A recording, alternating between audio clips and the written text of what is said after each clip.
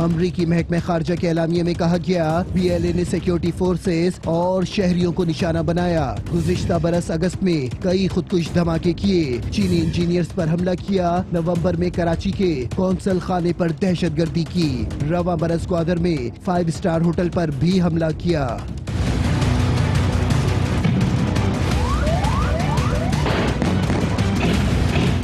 بھارت کی سرپرستی میں دہشت گردی کی کارروائیوں میں ملوث دونوں تنظیمیں دنیا بھر میں دہشت گرد تنظیمیں تصور کی جائیں گی. تمام اثاثے منجمد کر دیے گئے. امریکیوں کو تنظیموں سے کسی بھی قسم کے لین دین سے روک دیا گیا.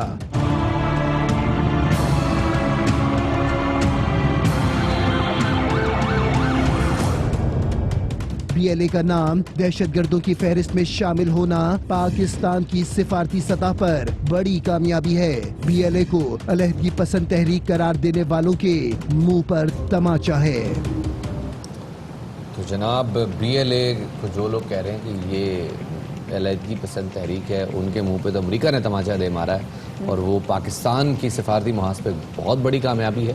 اور BLA کی تحریک کو اس سے جو دھچکا پہنچے، ان کے سارے پیسے تو آتے تھے ان کو ڈالرز میں تھے.